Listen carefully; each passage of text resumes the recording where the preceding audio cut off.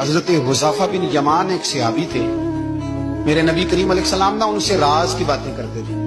ہر بندے کا ہاضمہ ٹھیک نہیں ہوتا، سب سے راز کی بات نہیں کرنی چاہیے۔ حضرت حذیفہ بن یمان کہتے ہیں حضور راز کی باتیں بتاتے۔ مدینہ منورہ میں جو منافقین تھے ان کی لسٹ بھی نبی پاک نے حضرت حذیفہ بن یمان کو دی تھی۔ جب کوئی مشکوک آدمی مر جاتا نا تو صحابہ کہتے ہیں ہم دیکھتے اگر حضرت حذیفہ نے جنازہ پڑھا ہے تو ہم بھی جنازہ پڑھ لیتے۔ نبی پاک نے بھی کچھ جنازے نہیں پڑھے، ترمذی میں ہے، فرمایا عثمان سے جو بغض رکھے اس کا جنازہ نہیں پڑھیں گے۔ حضرت حذیفہ بن یمان اگر جنازہ پڑھتے تو لوگ پڑھتے، وہ نہ پڑھتے تو لوگ جنازہ نہ پڑھتے۔ حضرت حذیفہ بن یمان کہتے ہیں جناب عمر فاروق کی خلافت کے آخری ایام تھے، کچھ دنوں کے بعد وہ شہید ہو گئے۔ فرماتے آدھی رات کا وقت تھا، میں گھر میں سویا تھا بڑا بے فکر، اچانک میرے دروازے پہ دستک ہوئی، میں گھبرا کے اٹھا، اتنی رات کو کون آیا؟ اتنے قربان جاؤں، دروازے پہ گیا تو امیر المومنین فاروق اعظم دروازے پہ۔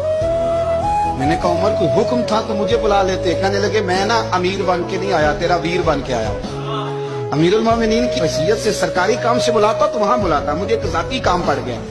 کہتے میں نے عمر کو گھر کی اندر بلا کے چارپائی پہ بٹھایا، میں نے کہا حضور میں غریب آدمی، میں کیا آپ کے کام آ سکتا ہوں؟ تو کہتے انہوں نے نا مجھے ساتھ بٹھا لیا، پھر میرا ہاتھ پکڑ لیا، کہنے لگے تو عمر کو جانتا ہے؟ عمر جھوٹ نہیں بولتا، تو جانتا ہے عمر وعدوں کا پکا ہے؟ کہا حضور جانتا ہوں، اس وقت آیا ہوں جب دیکھ بھی کوئی نہیں رہا۔ حضرت حذیفہ بن یمان کہتے ہیں پریشان ہو گیا، حضور پہلیاں نہ بجھوائے، مہربانی کر بتائیں کدھر آئے ہیں؟ حضرت عمر فاروق فرمانے لگے 62 سال کا ہو گیا ہوں، 63 میں چل رہا ہے، داڑھی سفید ہو گئی ہے، پل پک گیا، اٹھ فریدہ سٹیا، داڑھی آ گئی دور، اگا نیڑے آ گئی، پیچھا رہ گئی دور، اب قبر اشر کا معاملہ صاف نظر آنے لگا ہے۔ کہا حضور مجھ سے کیا چاہتے ہیں؟ حضرت عمر رو پڑے، کہنے لگے آج میں عشاء کے بعد نکلا ہوں تو نبی پاک کے صحابہ مجھے نیک کہہ رہے تھے، پھر میں نے بچوں کی ماں سے اور بچوں سے بھی پوچھا ہے، وہ بھی مجھ سے راضی ہیں، اور حذیفہ تیرے ساتھ نبی پاک راز کی باتیں کرتے تھے، سچ بتا کہیں عمر کا نام منافقوں میں شامل تو نہیں؟ سچ بتا ان منافقین میں تو شامل نہیں، کہیں اوپر سے تو نہیں سارا کچھ؟ حضرت حذیفہ بن یمان کہتے ہیں میں باپ کے مرنے پہ اتنا نہیں رویا جتنا عمر کے سوال پہ رویا۔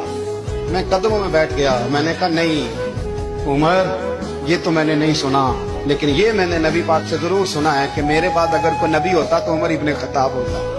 یہ میں نے اپنے کانوں سے سنا ہے کہ عمر جس گلی سے گزرے شیطان راستہ بدل جاتا ہے۔ یہ میں نے اپنے کانوں سے سنا ہے کہ 950 سال حضرت جبریل جناب عمر کی شان بیان کریں تو پھر بھی بیان نہیں ہو سکتا۔ یہ میں نے ضرور سنا۔ دوستو ساری زندگی حضرت عمر نے اگر دوسروں کا محاسبہ کیا